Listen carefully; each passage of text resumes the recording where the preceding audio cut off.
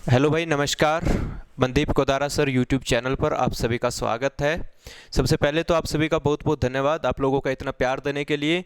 और आज की इस क्लास में हम लोग पीरियोडिक टेबल, जो आपका सबसे फेवरेट टॉपिक रहता है केमिस्ट्री का और सबसे ज़्यादा टफ टॉपिक भी रहता है, पीरियोडिक टेबल या फिर आवर्त सारणी जिसको हम कहते हैं, उससे इम्पोर्टेंट जो भी उस टॉपिक से रिलेटेड क्वेश्चंस बनते हैं, एमसीक्यूज़ बनते हैं, उनको हम देखने वाले हैं इस क्लास में। और हमारी ये एमसीक्यूज़ की सीरीज़ नंबर 8 है। इससे पहले हमारी 7 क्लासेस हो चुकी है। अगर आपने वो नहीं देखा है तो एक बार जाकर के वो क्लासेस ज़रूर देखें, ठीक है भाई।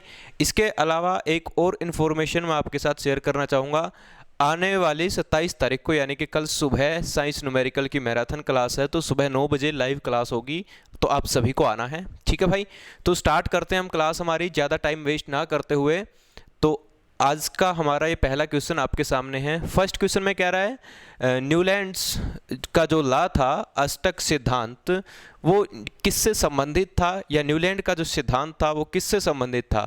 तो भाई न्यूलैंड एक वैज्ञानिक थे, न्यूलैंड एक इंग्लैंड के वैज्ञानिक थे। उन्होंने एक लॉ बनाया, न्यूलैंड ऑक्टेव रूल। न्यूलैंड का ऑक्टेव रूल उन्होंने बनाया, और उन्होंने इस ऑक्टेव लॉ के अंदर, ऑक्टेव रूल के अंदर, या फिर अष्टक सिद्धांत की हम बात करें तो इन्होंने क्या किया, इन्होंने जो भी हमारे उस समय एलिमेंट थे, देखिए उस समय तक हमारी क्या थी, पीरियोडिक टेबल बनकर के तैयार नहीं हुई थी, क्योंकि पीरियोडिक टेबल को सबसे पहले मेंडलीफ ने बनाया। लेकिन ये जो व्यक्ति थे न्यूलैंड, ये मेंडलीफ से पहले ये जो अपने एलिमेंट थे, तत्व थे, ये उनको अरेंज करने में लगे हुए थे। ये उनको अरेंज करने में लगे हुए थे कि भाई किस तरह से उनमें सिमिलरिटी ढूंढ रहे थे। लेकिन इससे पहले जिस तरह डोबरनियर आए थे, डोबरनियर ने अपना तिर्यक सिद्धांत दिया था, है ना। तो ये लोग क्या कर रहे थे, ये जो एलिमेंट है उसके अंदर कुछ अपनी सिमिलरिटीज ढूंढ रहे थे कि किस तरह हम इनको अरेंज करें ताकि ये हमारे लिए इजी हो जाए, हमारे समय हम इसको समझ पाए, इनको इजी तरीके से, आसान तरीके से। तो डोबरनियर का जो सिद्धांत था वो तो कुछ ही तरह से काम किया, लेकिन उसके बाद ये वैज्ञानिक आए न्यूलैंड, और इन्होंने भी एक सिद्धांत दिया, इन्होंने भी एक नियम दिया।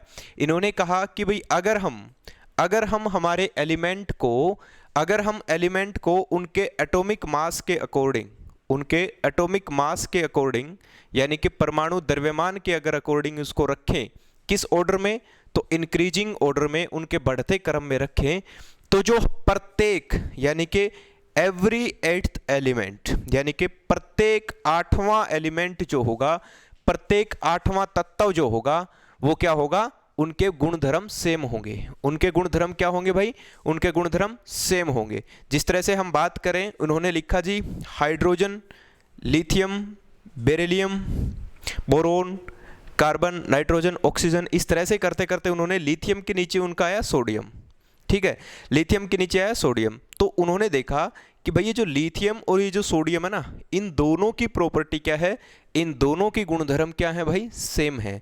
इन दोनों की प्रॉपर्टी क्या है, सेम है। तो ये इनका नियम था, किसका, न्यूलैंड का, ठीक है भाई। तो न्यूलैंड के नियम को किस नाम से जानते हैं, शायद यही हमारा क्वेश्चन था।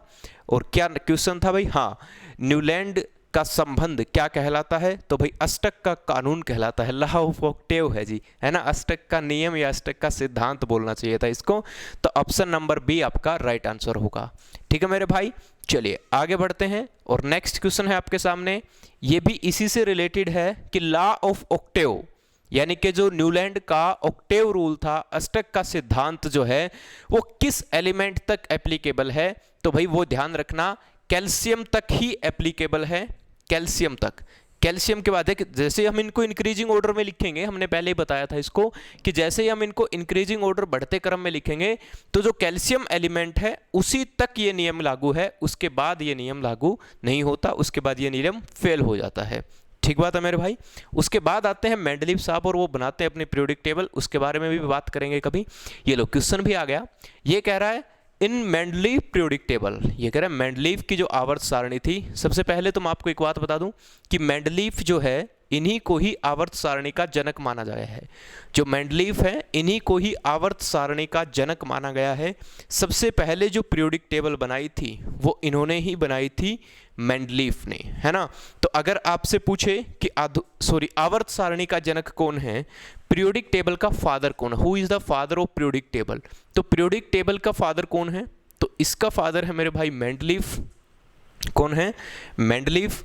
और अगर यहीं से आपसे पूछे कि मॉडर्न पीरियोडिक टेबल, आधुनिक आवर्त सारणी, मॉडर्न पीरियोडिक टेबल, जो आज के समय में हम पीरियोडिक टेबल पढ़ रहे हैं, अपनी किताबों में आपने देखा होगा सिर्फ पीरियोडिक टेबल हम लोग पढ़ रहे हैं, तो जो आधुनिक आवर्त सारणी है इसके जनक कौन है? तो इसके जनक है भाई हेनरी मोज़ले। कौन है? हेनरी मोज़ले। कौन है भाई? हेनरी मोज़ले। जो अभी पीरियोडिक टेबल हमारी चलती है वो हेनरी मोज़ले की पीरियोडिक टेबल है, लेकिन जो पहले पीरियोडिक टेबल, स्टार्टिंग में पीरियोडिक टेबल जो बनी थी वो किसने बनाई थी? तो वो मेंडलीफ ने बनाई थी। ठीक है, तो अभी क्वेश्चन क्या कह रहा था, क्वेश्चन को समझते हैं, दोबारा से पढ़ते हैं क्वेश्चन को। ये कह रहा है, हाँ ये कह रहा है मेंडलीफ के आवर्त सारणी में खोजे गए तत्वों में से अंतराल छोड़ दिया गया।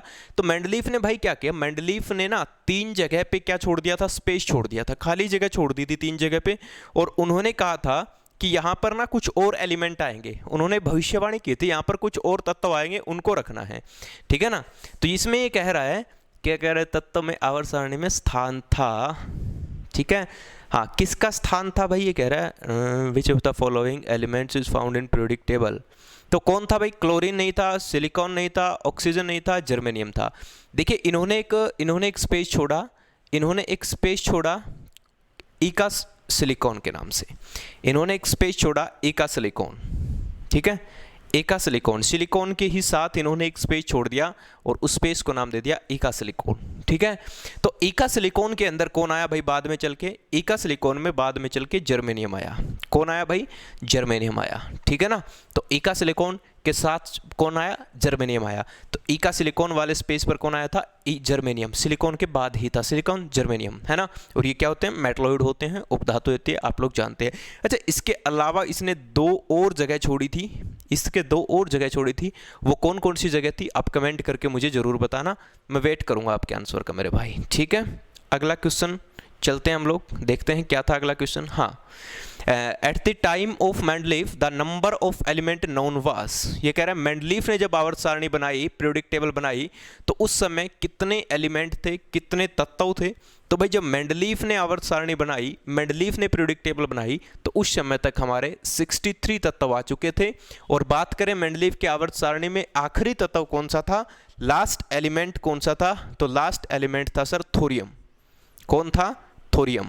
थोरियम जो तत्व है, थोरियम जो एलिमेंट है, वो लास्ट एलिमेंट था मेंडलीफ की पीरियोडिक टेबल का। ठीक है मेरे भाई, चलिए आगे बढ़ते हैं। तो यहाँ पर राइट आंसर हो जाएगा ऑप्शन नंबर ए।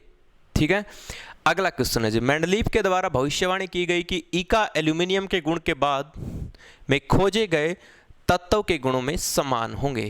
हाँ भाई, ये कह रहा है इका एल्यूमिनियम, जिस तरह से इका सिलिकॉन आया था उसी तरह से एक इका एल्यूमिनियम भी है। तो इन्होंने कहा कि भाई एल्यूमिनियम के बाद कौन आएगा? देखिए एक सेकंड तो मैंने आपको बता ही दिया, थोड़ी देर पहले क्वेश्चन पूछा था और वही क्वेश्चन आपका यहाँ पर आ गया। तो भाई इका एल्यूमिनियम की जगह पे कौन आया? तो इका एल्यूमिनियम की जगह पे आया भाई कौन सा? आपका ऑप्शन नंबर 3 गैलियम। ठीक है, सिलिकॉन, इका सिलिकॉन की जगह पे कौन आया? जर्मेनियम। और इका एल्यूमिनियम की जगह पे कौन आया भाई? गैलियम। ठीक है, कौन आया? तो गैलियम। तो गैलियम आपका राइट आंसर हो जाएगा। समझ रहे हो, इन्होंने जिस तरह एल्यूमिनियम रखा, एल्यूमिनियम के बाद इन्होंने एक स्पेस खाली छोड़ दिया और उस स्पेस को नाम दे दिया इका एल्यूमिनियम। इन्होंने कहा जी यहाँ पर कुछ और एलिमेंट आएगा जिसके आगे खोज होगी, उस समय तक खोज नहीं हुई थी, तो इसकी जगह पे कौन आ गया? गैलियम आ गया। उसी तरह से इन्होंने सिलिकॉन के बाद स्पेस छोड़ दिया कि भाई यहाँ पर ना कुछ और आएगा, तो वहाँ पर क्या आ गया जी? जर्मेनियम आ गया। ठीक है ना, तो इसको हम इका सिलिकॉन, इसको हम बोल देंगे इका एल्यूमिनियम। ठीक बात है जी, यही पूछा था कि इका एल्यूमिनियम में कौन आया। ठीक है मेरे भाई, आगे बढ़ते हैं। अगला क्वेश्चन है, the atom of element has the electron configuration 2s2 to which group. देखिए भाई, ये कह रहा है जो एटम, जो एलिमेंट जिसकी प्रॉपर्टी, जिसकी इलेक्ट्रॉनिक कन्फिग्रेशन 2s2 है, यानी कि जिसके पहले सेल में 2 इलेक्ट्रॉन हैं, अगले में 8 इलेक्ट्रॉन हैं, अगले में 2 इलेक्ट्रॉन हैं, तो ये कौन से ग्रुप में आएगा? तो देखिए भाई, जो पीरियोडिक टेबल है अपनी, उसके अंदर 18 ग्रुप है, उसके अंदर इस तरह से चलते हुए 18 ग्रुप है, ये बात आप जानते हो। ठीक है ना जी, इस तरह 18 ग्रुप है। तो जो पहला ग्रुप है उसके अंदर आता है लिथियम, सोडियम, पोटेशियम, इस तरह से आते हैं। तो लिथियम आप लोगों को पता है तीसरे नंबर पर होता है, तो इसकी इलेक्ट्रॉनिक कन्फिग्रेशन क्या है? देखो, पहले में 2 सेल, पहले सेल में 2, अगले में 1, तो इसके आउटर मोस्ट लेयर में कितने इलेक्ट्रॉन है, एक इलेक्ट्रॉन है, तो ये पहले ग्रुप में आएगा। दूसरा है सोडियम, सोडियम कौन से नंबर पे आता है, 11वें नंबर पे आता है। इसकी इलेक्ट्रॉनिक कन्फिग्रेशन है 2 8 1, 8 और 2 10 और 11, तो इसके भी आउटर मोस्ट लेयर में एक इलेक्ट्रॉन है, तो ये पहले ग्रुप में आया। उसी तरह से जिसके आउटर मोस्ट लेयर में 2 इलेक्ट्रॉन है, जिस तरह हम बात करें मैग्नीशियम की, मैग्नीशियम कौन से नंबर पे होता है, तो 12वें नंबर पे होता है। इसकी इलेक्ट्रॉनिक कन्फिग्रेशन कितनी हुई, 2 8 2, तो आउटर मोस्ट लेयर में कितने इलेक्ट्रॉन, 2 इलेक्ट्रॉन, तो कौन से ग्रुप में आएगा भाई, सेकंड ग्रुप में आएगा। कौन से ग्रुप में आएगा, 2 नंबर वाले ग्रुप में आएगा, सेकंड ग्रुप में आएगा। तो यहाँ पर आपका राइट आंसर क्या हो जाएगा जी, राइट आंसर हो जाएगा जी दूसरा समूह है, ये सेकंड ग्रुप है, डी वाला ऑप्शन आपका राइट हो जाएगा।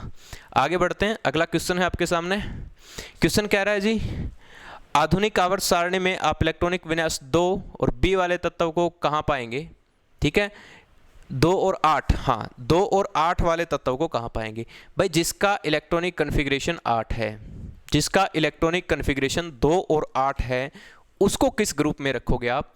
तो भाई ये थोड़ा सा ना समझने वाली बात है, 2 और 8 किसका होता है। तो ये बात मैं आपको जब से केमिस्ट्री पढ़ा रहा हूँ तब से मैं आपको एक बात बता रहा हूँ कि भाई जिसकी इलेक्ट्रॉनिक कन्फिग्रेशन 2 और 8 होगी, 8 का मतलब है जिसकी आउटर मोस्ट लेयर में, जिसके बाहरी कक्ष में 8 इलेक्ट्रॉन है, और जिसके बाहरी कक्ष में, जिसकी आउटर लेयर में, जिसके बाहरी कक्ष में 8 इलेक्ट्रॉन है, अगर बाहरी कक्ष में 8 इलेक्ट्रॉन हैं तो इसका मतलब ये स्ट्रॉन्ग बॉन्ड बनाएगा प्रोटॉन के साथ, नाभिक के साथ स्ट्रॉन्ग बॉन्ड बनाएगा, और अगर ये स्ट्रॉन्ग बॉन्ड बनाता है तो ये किसी के साथ कोई रिएक्शन नहीं करेगा, कोई अभिक्रिया नहीं करेगा, तो इसके अंदर किसी प्रकार की कोई रिएक्शन नहीं होगी, नो रिएक्शन, इसके अंदर कोई रिएक्शन नहीं होगी, और कोई रिएक्शन नहीं होती उनको हम क्या बोलते हैं, उनको हम बोलते हैं नोबल गैसेस। क्या बोलते हैं उनको हम बोलते हैं नोबल गैसेस, या फिर हिंदी में उनको बोलते हैं जी एक्रिय गैस। क्या बोलते हैं, एक्रिय गैस। और जो एक्रिय गैस है इनको किस ग्रुप में रखा जाता है, तो पीरियोडिक टेबल में इनको ग्रुप नंबर 18 में रखा जाता है। कौन से ग्रुप में रखा जाता है जिनको, ग्रुप नंबर 18 में रखा जाता है, 18वें समूह में रखा जाता है, और इसको जीरो ग्रुप के नाम से भी जानते हैं। इसको कौन से ग्रुप के नाम से जानते हैं, जीरो ग्रुप के नाम से जानते हैं, ठीक है। कौन सी होती है, helium, neon, argon, krypton, xenon, radon, है ना, ये सारी की सारी नोबल गैसेस होती हैं। इनको कौन से ग्रुप में रखा जाता है, कौन से समूह में रखा जाता है, तो आप लोग कहोगे जी 18वें समूह में रखा जाता है, जिसको हम जीरो ग्रुप या जीरो समूह के नाम से जानते हैं। समझ में आया भाई, चलिए आगे बढ़ते हैं। नेक्स्ट क्वेश्चन है हमारा, ठीक है, हाँ नेक्स्ट क्वेश्चन है, एक तत्व X जो XCl2 के साथ क्लोराइड बनाता है तो उच्च गलनांक वाला या ठोस पूछ रहा है कौन है, ठीक है। एक ये बनाता है भाई XCl2, इसने कहा कि एक एलिमेंट है अपने पास, एक एलिमेंट है, समझो क्वेश्चन को समझो ध्यान से। इसने कहा कि एक एलिमेंट है, ठीक है, एक तत्व है जो कि X है, X की जगह कोई है XYZ, इसको नहीं पता, लेकिन ये क्लोरीन के साथ मिलकर Cl2 इस तरह से कोई कंपाउंड बनाता है। क्या बनाता है, कोई कंपाउंड बनाता है। तो इसने पूछा कि भाई X की जगह क्या आएगा, कौन सा एलिमेंट आएगा X की जगह, और इसने अपने को ऑप्शंस में क्या क्या दिए, इसने दिया सिलिकॉन, मैग्नीशियम, एल्यूमिनियम और सोडियम। तो आप लोग जानते हैं जी मैग्नीशियम जो होता है वो 12वें नंबर पे, देखो क्लोरीन क्या होता है 17वें नंबर पे होता है, क्लोरीन कौन से नंबर पे होता है, आप लोग कहोगे 17वें नंबर पे होता है।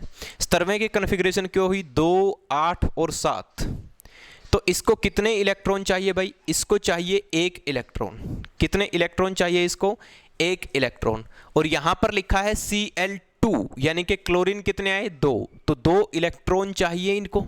अगर Cl2 2 क्लोरीन है तो इनको 2 इलेक्ट्रॉन चाहिए, हाँ या ना। अब ये क्या होगा फिर, ये वो होगा जिसको जो 2 इलेक्ट्रॉन जिसके पास फ्री होंगे, है ना, क्योंकि ये तो एक ही है। अगर इसके पास 2 फ्री इलेक्ट्रॉन है तो ये इनको 2 इलेक्ट्रॉन दे देगा, तो ये वो है जिसके पास 2 इलेक्ट्रॉन क्या है भाई, फ्री है, ये वो है जिसके पास 2 इलेक्ट्रॉन फ्री है। और आप लोग जानते हैं सर मैग्नीशियम यानी कि जो ग्रुप सेकंड है, जो सेकंड ग्रुप है पीरियोडिक टेबल में, उन सभी की इलेक्ट्रॉनिक कन्फिग्रेशन क्या होती है, 2 8 2 होती है, यानी कि जिसके आउटर मोस्ट लेयर में 2 इलेक्ट्रॉन होते हैं जो रिएक्शन करते हैं, ठीक है। तो 2 इलेक्ट्रॉन रिएक्शन करेंगे तो X की जगह पे क्या आ जाएगा आपका, मैग्नीशियम आ जाएगा, ठीक है जी, ओके।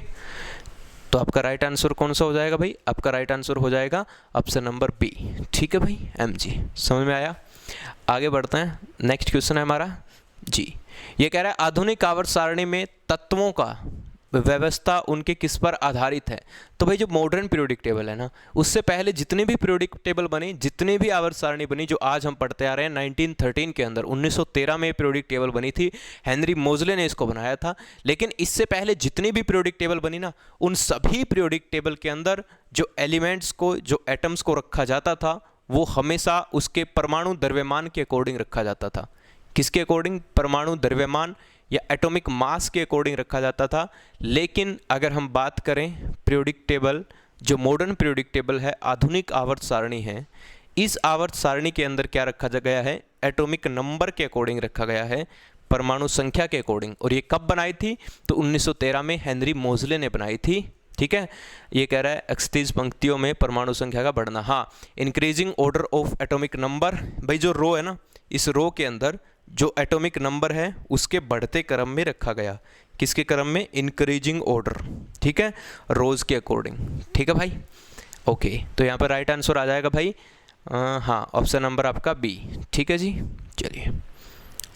तो ये अगला क्वेश्चन है हमारा। ये कह रहा है आवर्त सारणी के समूह 2 का एक तत्व एक्स समूह भाई 17 से y के साथ प्रतिक्रिया करता है। देखिए भाई ये क्या कह रहा है? ये कह रहा है जी जो हमारा ग्रुप सेकंड है, जो हमारा ग्रुप सेकंड है, इसको समझते हैं भाई। थोड़ी देर पहले हमने इसको और भी समझा था, सेम इस तरह से ही बात है, जो मैग्नीशियम है उसी तरह से, है ना। ये कह रहा है हमारा ग्रुप नंबर सेकंड का कोई तत्व है x। ये कह रहा है ग्रुप सेकंड का कोई एलिमेंट है x, और वो ग्रुप 17 के कोई एलिमेंट y के साथ रिएक्शन करता है। तो ये दोनों आपस में रिएक्शन करते हैं भाई, आपस में दोनों मिलते हैं। तो क्या फार्मूला बनेगा? ठीक है जी, हम मान लेते हैं भाई 17वें ग्रुप के अंदर कौन है? क्लोरीन है। ठीक है, इसके अंदर कौन है? इसके अंदर भाई मैग्नीशियम है। क्या है? मैग्नीशियम है। तो थोड़ी देर पहले हम लोग देख करके तो आए हैं, क्या होगा? देखो मैग्नीशियम है 12वें नंबर पर, तो मैग्नीशियम के पास 2 इलेक्ट्रॉन क्या है भाई? फ्री है। इसके पास 2 इलेक्ट्रॉन फ्री है। क्लोरीन है 17वें नंबर पर, इसको 1 इलेक्ट्रॉन चाहिए, इसको 1 इलेक्ट्रॉन की नीड है भाई, इसको 1 इलेक्ट्रॉन की जरूरत है ना। तो जब मैग्नीशियम इसके पास जाएगा तो क्या होगा? मैग्नीशियम कहेगा मेरे पास 2 है, क्लोरीन कहेगा जी मेरे पास तो मुझे तो 1 की जरूरत है। तो फिर वो क्या करेगा? तो फिर वो क्या करेगा जी? वो अपना x तो अकेला मिल जाएगा और y जो है उनको डबल कर देगा, यानी MgCl2 ऐसे बन जाएगा सर, है ना। MgCl2, इसमें क्लोरीन, फ्लोरीन, ब्रोमीन, आयोडीन, ये सारे के सारे होते हैं 17वां ग्रुप। और 17वें ग्रुप को किस नाम से जानते हैं? तो जो 17th ग्रुप है इसको हम हैलोजन ग्रुप के नाम से भी जानते हैं। ध्यान रखना, पूछा जाता है, पेपर के पॉइंट ऑफ व्यू से इंपॉर्टेंट है। और इन हैलोजन ग्रुप्स की रिएक्शन भी आपसे पूछी जाती है कि हैलोजन ग्रुप की रिएक्शन यहाँ पर कैसे कैसे होगी, XYZ, बहुत सारे सवाल इस हैलोजन ग्रुप से हमसे पूछे जाते हैं मेरे भाई। ठीक है ना, तो आप समझ गए होंगे कि किस तरह से ये जो एटम है, ये जो एलिमेंट हैं, ये हमारे रिएक्शन करते हैं, अभिक्रिया करते हैं। ठीक है जी, तो आई होप कि आपको समझ में आया होगा। इसमें राइट आंसर हो जाएगा क्या? हाँ, कौन सा होगा भाई? ये वाला सवाल था। ठीक है, तो इसमें XY2 ए वाला ऑप्शन राइट हो जाएगा। अगला क्वेश्चन है जी, एक धातु M आवर्त सारणी के पहले समूह में है, तो इसका ऑक्साइड का सूत्र क्या होगा? अबे भाई देखो, इतना आसान है। ये कह रहा है जी पहले समूह में एक मेटल है M, कोई भी मेटल है, पहले समूह में सारी मेटल ही तो है, फर्स्ट ग्रुप में सारी मेटल ही तो है, लिथियम है, अपना सोडियम है, कोई भी ले लो आप एग्जांपल, पोटेशियम है। आपने एग्जांपल ले लिया जी लिथियम, आपने कहा सर लिथियम, और उसका ऑक्साइड, ऑक्साइड के लिए लिथियम किसके साथ रिएक्शन करेगा भाई? ऑक्सीजन के साथ रिएक्शन करेगा, क्योंकि जब मेटल, जब धातु ऑक्सीजन के साथ रिएक्शन करता है तो वो क्या बनाता है? वो धातु ऑक्साइड बनाता है। वो क्या बनाता है? मेटल ऑक्साइड बनाता है। ठीक है, तो जब ये लिथियम इस ऑक्सीजन के साथ अभिक्रिया करेगा तो लिथियम ऑक्साइड बनाएगा। यही पूछा है इसने कि उसका फार्मूला क्या होगा, उसका सूत्र क्या होगा। देखो लिथियम कौन से नंबर पे है? तीसरे नंबर पे। ऑक्सीजन कौन से नंबर पे है भाई? छठे नंबर पे। तो ऑक्सीजन की इलेक्ट्रॉनिक कन्फिग्रेशन क्या होगी? तो इसके पहले ऑर्बिट में 2 इलेक्ट्रॉन, अगले, सॉरी 8वें नंबर पे है ना, 8वें नंबर पे अगले में 6 इलेक्ट्रॉन। तो इसको कितने इलेक्ट्रॉन की ज़रूरत है? इसको 2 इलेक्ट्रॉन की ज़रूरत है। लिथियम तीसरे नंबर पे है, तो लिथियम का इलेक्ट्रॉनिक कन्फिग्रेशन 2 और 1, इसके पास 1 इलेक्ट्रॉन फ्री है, इसको 2 इलेक्ट्रॉन चाहिए। तो भाई इसको रिएक्शन करवाने के लिए, अभिक्रिया करवाने के लिए, कंपाउंड बनाने के लिए हम क्या करेंगे? हम बना देंगे जी Li2। भाई लिथियम कितने चाहिए? 2। ऑक्सीजन कितना चाहिए? 1, है ना? तो ये क्या बन गया? Li2O। ठीक है, तो कोई भी लिथियम की जगह कोई भी मेटल हो तो बन जाएगा मेटल 2 होने चाहिए, ऑक्सीजन 1 होना चाहिए। तो ये इसका फार्मूला बन जाएगा भाई। अगर लिथियम की जगह सोडियम आता है तो Na2O हो जाएगा, पोटेशियम आता है तो K2O हो जाएगा, है ना? तो समझ में आया भाई? M2O, तो ये आपका कौन से नंबर पे ऑप्शन में है? M2O। तो M2O ऑप्शन नंबर बी आपका राइट आंसर होगा। कौन सा? Option number B. ठीक है मेरे भाई, तो ये हमारे कुछ क्वेश्चंस थे। आई होप कि आपको समझ में आए होंगे। और भाई कल यानी कि रविवार को 27 तारीख को सुबह 9 बजे से न्यूमेरिकल की मैराथन क्लास है, डिजिटल बोर्ड पे क्लास होगी। बड़े अच्छे तरीके से सारे के सारे न्यूमेरिकल हम लोग सोल्व करेंगे। तो आप लोग लाइव आना ना भूलें, सभी बच्चों को लाइव आना है सुबह 9 बजे। ठीक है, ज़बरदस्त सारे न्यूमेरिकल्स हम लोग सोल्व करने वाले हैं। लंबी क्लास चलेगी, 3 से 4-5 घंटे की क्लास चलेगी भाई। Thank you so much. उम्मीद करता हूँ कि आपको क्लास अच्छी लगी होगी। अगर क्लास अच्छी लगी है तो लाइक और शेयर जो करना है आपको कर दीजिए भाई। Thank you so much, bye bye, take care.